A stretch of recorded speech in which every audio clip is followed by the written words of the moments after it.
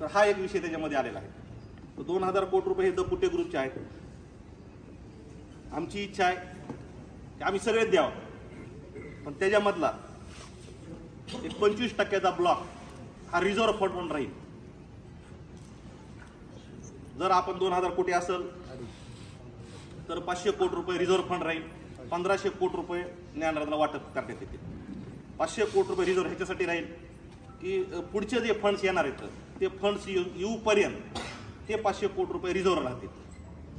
आणि 1500 कोटीमध्ये पण माझं शिष्टमंडळाला तुम्हाला सगळ्याला विनंती आहे की तुम्ही टप्पे असे पाडा की कंटिन्युएशनमध्ये ब्रँच चालली पाहिजे, कंटिन्युएशनमध्ये सगळ्या कॅटेगरीच्या प्रत्येकाला पैसे मिळाले पाहिजे. तुम्ही म्हणता 50 लाख, पण तुम्ही म्हणता 10 दिवसात पैसे देणं होणार नाहीये, हे शक्य नाही. तुम्ही लॉजिकली विचार करा, कारण आरटीजीएस द्वारे पैसे द्यायचे तर ह्याच्या टेक्निकली अडचण येतात. खूप दिवस झालं ब्रँचेस बंद आहेत, खूप आणखीन अडचण येतात. टीम आणखीन काही कमी आहे, काही यायची आहे, काय आणखीन अडचण होऊ शकतात. एका 2 दिवस डिले होऊ शकतो, कुठंतरी काहीतरी घटना घडू शकते, कुठंतरी काहीतरी कोणाची अर्जन्सी येऊ शकते, कुठंतरी काहीतरी होणार आहे.